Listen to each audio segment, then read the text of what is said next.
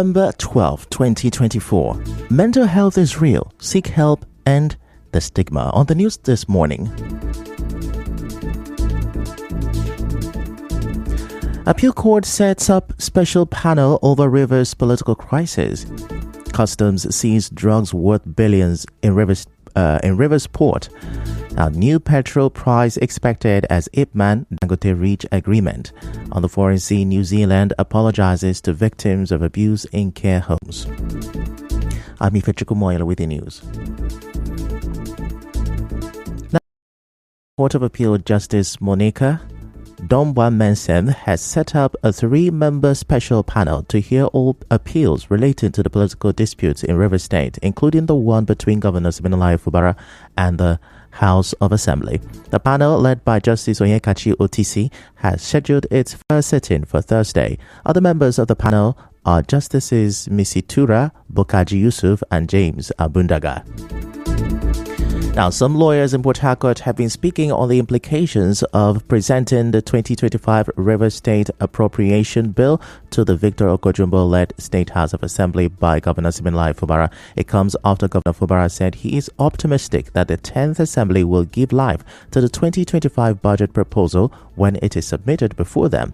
In October, a federal high court also stopped the Central Bank of Nigeria, CBN, from releasing allocations to the Rivers State government, saying Governor Fubara's presentation of the 2024 budget to a 4-member House of Assembly breached constitutional protocol. A lawyer, John Kennedy, says Governor Fubara's decision is not wrong. Dr. Kennedy told our correspondent that following the defection of 27 lawmakers to another political party, the governor cannot revert to an assembly that is no longer valid. There's nothing wrong with it because it can't go back to resurrect an assembly. Even the 27-member assembly, they know within themselves. They don't have that moral latitude, that moral confidence, to say that we are still in existence because they know that they made a mistake. It was a mistake to have organized or to have defected to another political party. I think maybe that is now dawning on them. Dr. Kennedy said unless a court declares the defection of the Martin Amihule-led assembly invalid, the assembly effectively no longer exists.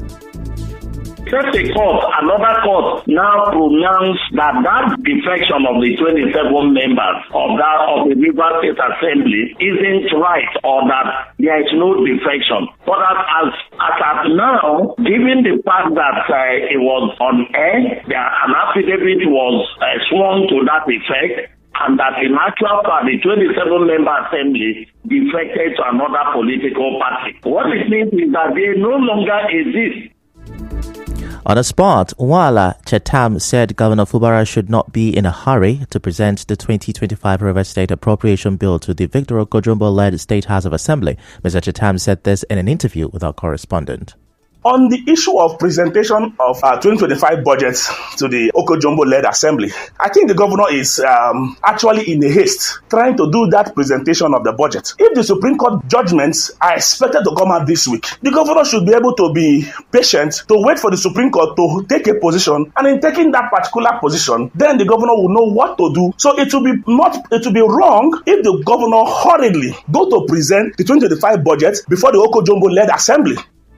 Now, another lawyer, Godspower Ebule, urged the governor to comply with the rule of law. Mr. Ebule, who spoke on Nigeria Info FM's Hard Fact yesterday, explained that a court had earlier nullified the presentation of the 2024 state budget presented to the NDC-led State House of Assembly.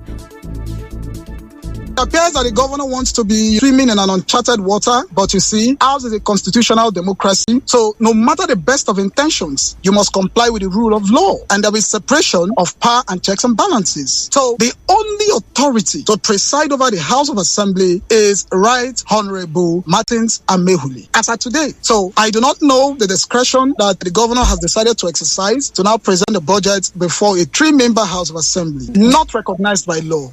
Mr. Ebule also said that it is only the Rivers State House of Assembly and not the court that can correct the the decisions of Governor Fubara? Obviously, there may be no sanction against him. But you see, whatever would happen would now depend on the House of Assembly, because you cannot expend public funds without approval via the budgets. The situation we have found ourselves now is that whatever measures that will be taken as a corrective measure lies with the House of Assembly, not with the court. The only thing that the court will now do is stop the governor from, assessing funds. But remember, this is 2024 budget that the governor has expended up till November. But you see, the House of Assembly must rise up to the occasion as a corrective measure to be used on the governor.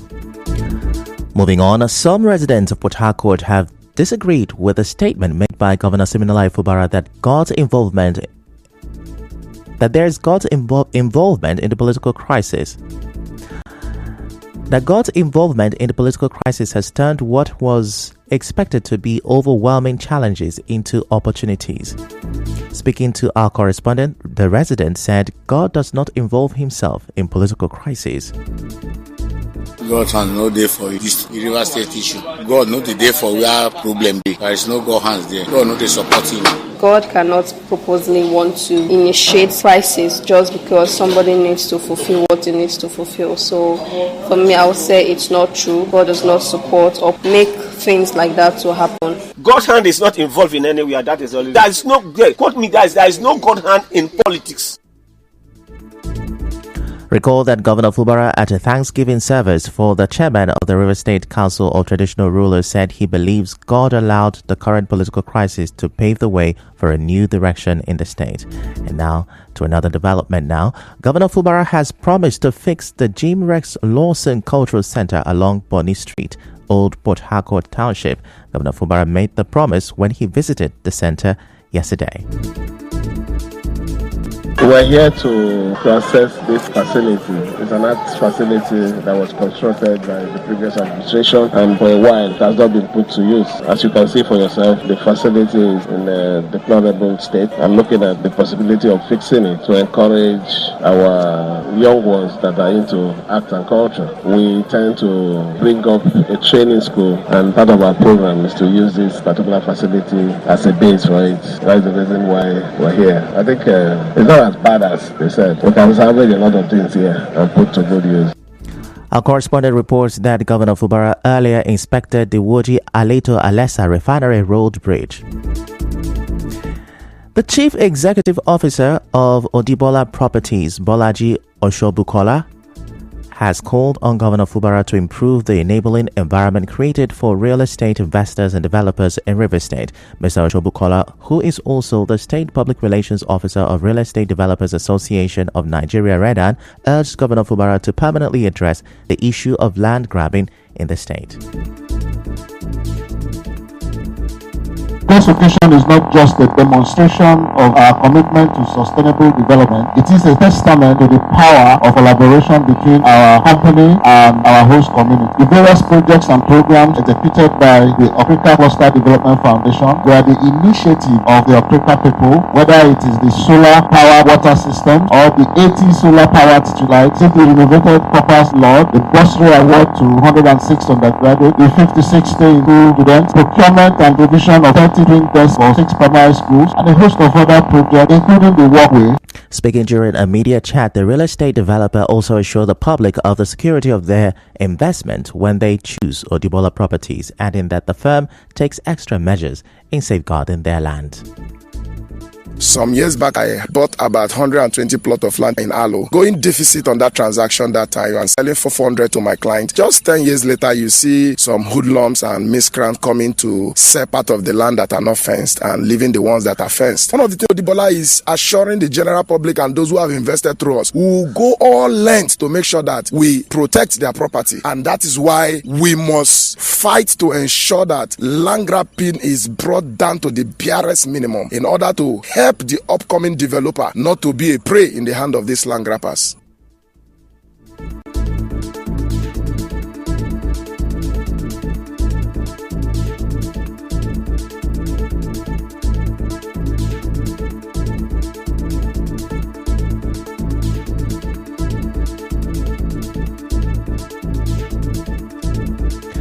Away from that, A federal lawmaker, Boniface Emerengwa, has charged youth and women in his constituency to embrace his skills acquisition, business development, and empowerment programs. The lawmaker, who represents Ikwere Emoha Federal Constituency in the House of Representatives, said this through his representative, Philip Obiado, during the one-week-long program in Igruta, Ikwere local government area. Now, he said the programs are part of his constituency project geared towards enhancing their capacity to fend for their families and to increase the overall productivity index of both the state and the nation. He said about 500 beneficiaries received an empowerment package of 100,000 naira and 10,000 naira transportation logistics support each. Appreciating the lawmaker, one of the beneficiaries, Goodleaf Soro Antata, recalled that he has consistently improved the economic conditions of the people through such empowerment programs. Also, the chairman of Igruta Council of Chiefs, Franklin Nyeche, and Aneoloa Olo, urged the beneficiaries to use the funds wisely.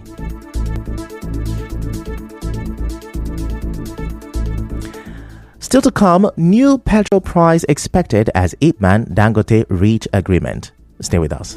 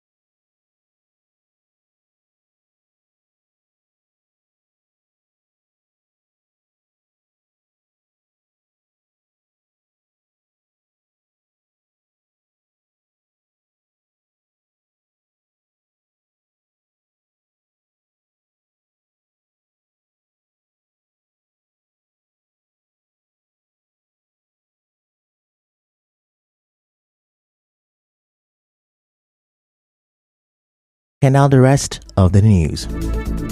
The executive chairman of Oyibo local government area in Rivers State, Gift Okere, says since he assumed office about 30 days ago, council workers have started earning their promotional salaries. The Oyibo council chairman said this while addressing stakeholders at the council secretariat to mark his 30 days in office. He said he has taken steps to improve traffic along the busy market road, appointed over 100 Oyibo indigenes into his administration, and also given tax holidays to business owners in the area. All the revenue that has to do with Oyibo is part of this tax holiday. Ordinarily, I'm losing resources. I should have been making more money. But I said, no, we must pay this sacrifice today to December 31st. By January, the revenue will start. And before that, we will come up with proper mechanisms to ensure that when we are taking revenue, wherever you are, you will know how much that Oyibo earn. Secondly, we also have approved the promotion money for the civil servants. I pay everything that has to do with civil servants. We also have embarked on sanitation. The Oyibo Council chairman also said the litigation over the ownership of Oyibo Park has been resolved and the park will be completed and commissioned to mark his 100 days in office. He also spoke of his plan to begin town hall meetings to assess the needs of the people. That matter is resolved. The reason why I'm more serious about that park is we must generate revenue to the people of Oyibo government. By special grace of God, we're doing a groundbreaking ceremony in that park by next week. That park will be part of my 100 days in office. Yes, we must do people-oriented budgets. We will embark town hall meeting. First, to thank you and also take back from you what you feel that the government can do for you. The Oyibo Council must also advise the stakeholders to avoid division among themselves and work together in the interest of the local government area and Rivers State Governor Siminalayi Fubara. Some of the stakeholders commended the council chairman for coming up with such meeting. Gather all the leaders of different worlds to seek the opinions and tell them his agenda, what he have achieved in less than 30 days. That shows he's a grassroots politician. Starting like this shows that he's in the right direction. What has happened has shown the work of governance has begun. We hope that we continue on this path. So far, so good. Several issues that are of interest to our people have been canvassed. He has promised that you're on top of the situation. Because a long time, leadership are entrusted on the people and they run away with it. That's on the people to give them a feedback. What he has done today is a good way to go. Away from that, scores of people from Umuesobi community in Apani, Ikwere local government area of Rivers State have staged a protest at the gate of Apani Energy in demand of what they describe as the community's right. The Community Development Committee Secretary Boniface Nzekwe said employment for youth, appointment of a community liaison officer, an indigenous chief security officer, and strict compliance to the Petroleum Industry Act (PIA) are their priority.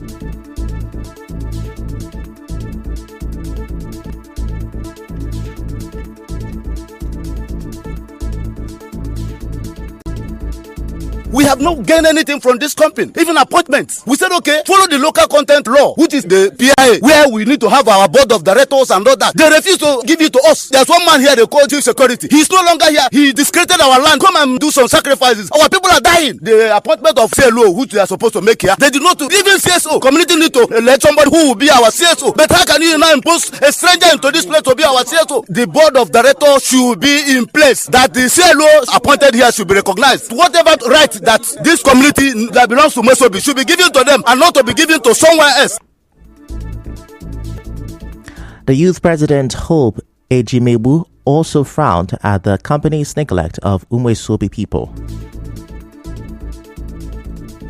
We have waited, we have read them through our lawyer and they refuse replying our messages up to date. The company has not called us to interface with the community. So the community have decided to come today to shut them down. No CSO, the CLO, no board of trustee, no interface with the community. They are just doing things on their own. We are demanding they should pay homage to the community. Let us interface with the company. We are calling on government to come and help us. They are playing tricks on us. The protesters, including women, carried placards with inscriptions such as "No interface with the host community," "No work," "No local content," "No work," "No board of trustees," "No work," "No CLO," "No work," amongst others. Now, they also spoke to our correspondent. Apani Energy came here without trustee. Apani Energy, when you write a letter to them, they won't reply you. For example, Apani Energy is doing gas pipeline. There is no EIA, environmental impact assessment. They ought to teach us, tell us the advantage and disadvantage of what they are doing. Since we wrote a letter 1st of December 2023, nominating Chief Ivere Samari as the CLO, since then till today, Apani Energy have not acknowledged that letter. Give our people their own right. This is our land, though. No, our people get work here. Nothing where they vet us. Come settle us now. Give us our rights. And they find money. My people go work here, but me, even though myself, we need our rights. Let the company settle our people, the Mesobi community. Let them bring the settlements and give boys employment. The woman get this thing, this rights. He can carry the harness in the chair for Apani to hold. Good. When approached, Apani Energy declined to comment. Away from that, the Rivers State Commissioner for Special Projects, Roland Albert-White, says 120 women and petty traders in 6 wards of Bakana, Degema local government area of Rivers State, have each received 50,000 naira. Speaking to journalists, Dr. Albert-White said the gesture is his initiative to tackle hunger and poverty in the area. In line with His Excellency Sir Similai Fubara, whose primary intention is Rivers First, some of us who are foot soldiers have no reason other than follow his footsteps. I come from Bakana in Degema local government area, made up of 6 wards. Looking at the local economy, I felt strongly that there is need to make an inroad, and that is why, out of my meager resources, I decided that I will touch the lives of our rural women who are into petty trade. By that, I have decided to ensure that I give 20 persons 50,000 naira each. In response, the beneficiaries, through a representative, expressed gratitude to the commissioner for the support. 50,000 naira given to an individual, 20 persons, is not a joke. In Nigeria today, for a single man, single-handedly from his pocket, to give us 50,000 naira, which is 1 million naira, one word, is not easy. And we are going to start business with it. Even people doing business, they will add it to their money so that their business will strong. This is personal pocket. The man, our commissioner, Dr. Scan, empowered us with this money to support the governor, Siminalayi Joseph Fubara. Our correspondent reports that this is the second phase of Dr. Albert-White's empowerment program for women, with plans to expand the initiative across all wards in Degema local government area. Now, the Nigeria Customs Service, NCS, says it has arrested 2 suspects in connection with importation of illicit drugs and other products to the country. This is as the agency has disclosed that it has confiscated 22 containers laden with illicit drugs and donkey skin. In other news, the Independent Petroleum Marketers Association of Nigeria, IPMAN, says it has secured an agreement with Dangote Refinery to lift products directly. IPMAN National President Abubakar Garima announced this in Abuja on Monday after a meeting of the National Working Committee of the association. He said the partnership will ensure steady and affordable supply of petroleum products nationwide. And now on the international scene, New Zealand's Prime Minister Christopher Luxon has formally apologized to victims of abuse in care homes following an inquiry into one of the country's biggest abuse scandals. The historic apology, delivered in Parliament, comes after a report found that 200,000 children and vulnerable adults had suffered abuse while in state and faith-based care between 1950 and 2019. That's a wrap on the news this morning. Before we go, let's have a look at the major stories. The appeal court has set up a special panel over Rivers' political crises. On the foreign scene, New Zealand has apologized to victims of abuse in care homes. The news was edited by Chioma Ezenwafo. To reach the news team, send an SMS or WhatsApp to 0808 721 7215. I'm Ifechukwu Monyele. Many thanks for listening.